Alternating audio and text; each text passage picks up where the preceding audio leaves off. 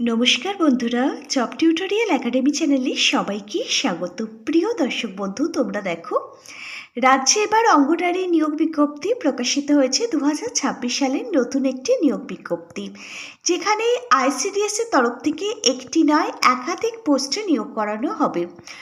Anganwadi clerk থেকে শুরু করে অঙ্গনওয়াড়ি সুপারভাইজার, অঙ্গনওয়াড়ি ওয়ার্কার এবং অঙ্গনওয়াড়ি হেল্পারের পোস্টও তোমরা এখানে দেখতে পাবে।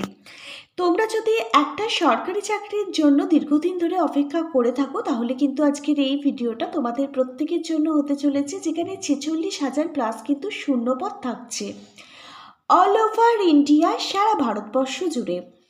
ন্যূনতম শিক্ষাগত যোগ্যতা যদি তোমার থেকে থাকে, তুমি কিন্তু এখানে আবেদন করতে পারবে। বাই দ্য ওয়ে, একটা কথা বলে রাখি, তোমাদের জব পোস্টিং কিন্তু তোমাদের বাড়ির আশেপাশে যে সমস্ত অঙ্গনওয়াড়ি সেন্টারগুলো রয়েছে সেখানেতেই হবে। আর এই যে পরীক্ষা, এই পরীক্ষার কিন্তু কম্পিটিশান অন্যান্য পরীক্ষাগুলোর তুলনায় কিন্তু অনেকটাই লো রয়েছে। এখানে প্রত্যেক মাসে যে স্যালারিটা তোমাদেরকে দেওয়া হবে সেটা কিন্তু খুব ভালো মানের স্যালারি রয়েছে, একদম ঠিকঠাক স্যালারি দেওয়া হবে, যেটা চলে যাওয়ার মতো। আর এবারে কিন্তু সম্পূর্ণ আবেদনটি প্রত্যেককে অফলাইনে নয় অনলাইনে করতে হবে, নির্দিষ্ট সংস্থার অফিসিয়াল ওয়েবসাইটটি ভিজিট করে। প্রিয় ক্যান্ডিডেট, চলো তাহলে দেখে নেওয়া যাক আমাদের রাজ্যের কোথায় কোথায় অঙ্গনওয়াড়ি নিয়োগের জন্য বিজ্ঞপ্তিটা প্রকাশিত হয়েছে, এখানে তোমরা কিভাবে আবেদন করবে। এখানে কোন কোন পোস্টে নিয়োগ করানো হবে, প্রত্যেকটা পোস্ট অনুযায়ী শিক্ষাগত যোগ্যতা, বয়সসীমা এবং কোন পোস্টের জন্য কত টাকা স্যালারি দেওয়া হবে প্রত্যেক মাসে তোমাদেরকে। এখানে জব সিলেকশন প্রসেস কি রয়েছে, এই সমস্ত কিছুই আমি সম্পূর্ণ ডিটেলসে আলোচনা করব তোমাদের প্রত্যেকের সঙ্গে আজকের এই ভিডিওর মাধ্যমে।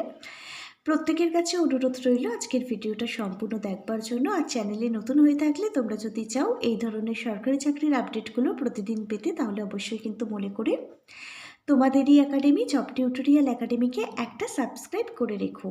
চলো এবার তাহলে দেখিয়ে দিচ্ছি তোমাদের প্রত্যেককে প্রকাশিত হওয়া অফিসিয়ালি বিজ্ঞপ্তিটা।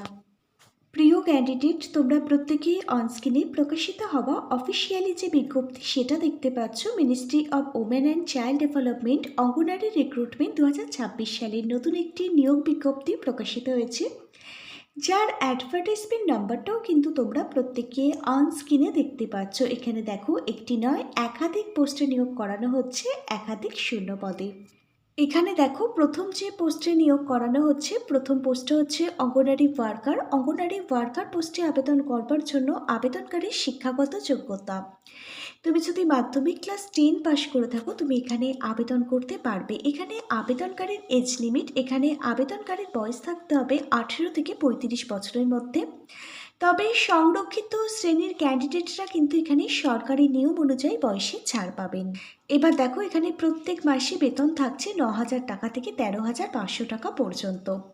এই পোস্টে তুমি যদি চাকরি পাও, তোমাকে কি কাজ করতে হবে জেনে নাও। গর্ভবতী ও প্রসূতি মায়েদের সহায়তা করতে হবে। এখানে যারা জন্মেছে সেই সদ্যজাত শিশু থেকে 6 বছর বয়সী শিশুদের পুষ্টি ও পাক প্রাথমিক শিক্ষা প্রদান করতে হবে। এখানে টিকাকরণ কর্মসূচিতে তোমাদের সাহায্য করতে হবে। শিশু ও মাতৃ স্বাস্থ্যের তথ্য সংরক্ষণ করতে হবে। সরকারি পুষ্টি প্রকল্পগুলোকে বাস্তবায়নের জন্য সহায়তা করতে হবে।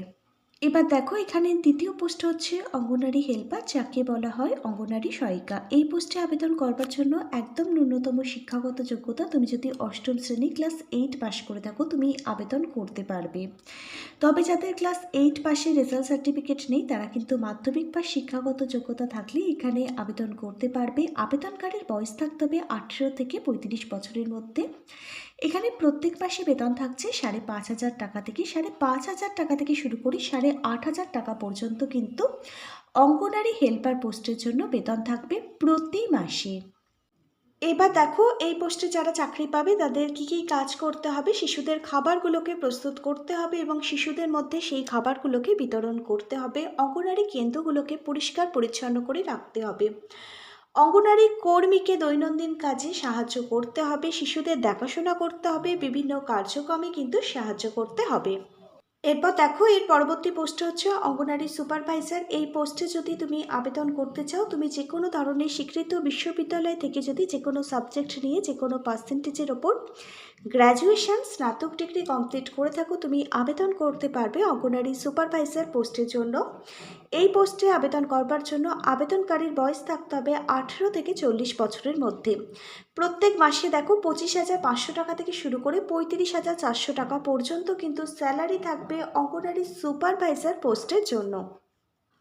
অঙ্গনওয়াড়ি সুপারভাইজার পোস্টে তুমি যদি চাকরি পাও, তুমি জেনে নাও এখানে কী কাজ তোমাকে করতে হবে। একাধিক অঙ্গনওয়াড়ি কেন্দ্রগুলোকে কিন্তু তদারকি করতে হবে। কর্মী ও সহায়িকাদের কাজগুলো কিন্তু পর্যবেক্ষণ করতে হবে, রিপোর্ট তৈরি করতে হবে, উচ্চ কর্তৃপক্ষের কাছে কিন্তু রিপোর্ট জমা করতে হবে, সরকারি প্রকল্পগুলোকে কিন্তু সঠিক বাস্তবায়ন নিশ্চিত করতে হবে, প্রশিক্ষণ ও সচেতনতামূলক কিন্তু কর্মসূচিগুলোকে পরিচালনা করতে হবে। এরপর দেখো অঙ্গনারী ক্লার্ক পোস্টে নিয়োগের জন্য বিজ্ঞপ্তি প্রকাশিত হয়েছে। এই পোস্টে তুমি যদি আবেদন করতে চাও, তোমার শিক্ষাগত যোগ্যতা, তুমি যদি উচ্চ মাধ্যমিক বা স্নাতক ডিগ্রি কমপ্লিট করে থাকো, তোমার যদি কম্পিউটার সম্পর্কে জ্ঞান থাকে, মানে ভালো কম্পিউটার জেনে থাকো, তুমি এখানে আবেদন করতে পারবে। আবেদনকারীর বয়স থাকতে হবে 18 থেকে 40 বছরের মধ্যে। আর প্রত্যেক মাসে বেতন 19,000 টাকা থেকে বেতন শুরু হবে। 29,000 টাকা পর্যন্ত কিন্তু প্রত্যেক মাসে স্যালারি দেওয়া হবে অঙ্গনারী ক্লার্ক পোস্টের জন্য। তবে বলে রাখি, অঙ্গনারীর যে ক্লার্ক পোস্ট রয়েছে, এই পোস্টে কিন্তু মেল এবং ফিমেল উভয় ক্যান্ডিডেট তোমরা প্রত্যেকেই কিন্তু আবেদন করতে পারবে। এই পোস্টে যদি তুমি চাকরি পাও, কী কাজ করতে হবে দেখে নাও। অফিসের নথিগুলো কিন্তু সংরক্ষণ করে রাখতে হবে, আবেদনপত্র ও রেজিস্টারগুলো কিন্তু রক্ষণাবেক্ষণ করতে হবে, কম্পিউটারের তথ্যগুলোকে কিন্তু এন্ট্রি করতে হবে এবং রিপোর্ট ও অফিসিয়াল ডকুমেন্টগুলোকে কিন্তু প্রস্তুত করে রাখতে হবে। অফিসের প্রশাসনিক কাজে কিন্তু সাহায্য করতে হবে। এবার তোমরা দেখো, এবার আমরা আলোচনা করব সিলেকশন প্রসেস অর্থাৎ লিখিত পরীক্ষা নিয়ে। এখানে প্রথম ধাপে সবার প্রথমে তোমাদের লিখিত পরীক্ষা রিটেন টেস্ট দিতে হবে। লিখিত পরীক্ষার জন্য আমি কিছু গুরুত্বপূর্ণ বই ট্যাগ করে দিচ্ছি। প্রতিটা বইয়ের লিঙ্ক পেয়ে যাবে ভিডিওর ঠিক নিচে থাকা ডেসক্রিপশন বক্সে। লিখিত পরীক্ষায় তোমরা যারা পাশ করে যাবে, তোমাদের কিন্তু দ্বিতীয় ধাপে ডকুমেন্ট ভেরিফিকেশানের জন্য ডাকা হবে। প্রতিটা অরিজিনাল ডকুমেন্টই কিন্তু ভেরিফিকেশান করা হবে। এরপর দেখো, তৃতীয় ধাপে তোমাদের ইন্টারভিউ নেওয়া হবে। তারপর যাদের যোগ্য বলে এখানে বিবেচিত করা হবে, তাদের নামে লিস্ট প্রকাশিত করে দেওয়া হবে অফিসিয়াল ওয়েবসাইটে। সেখানে যাদের নাম থাকবে তারাই কিন্তু এখানে চাকরিটা পাবে। এবার তো তোমাদের অনেকের মনে প্রশ্ন আসছে, এখানে কবে থেকে আবেদন শুরু হচ্ছে। তবে বলে রাখি, এখনও কিন্তু আবেদন শুরু হয়নি। খুব তাড়াতাড়ি তোমাদের জন্য কিন্তু আবেদন শুরু হতে চলেছে।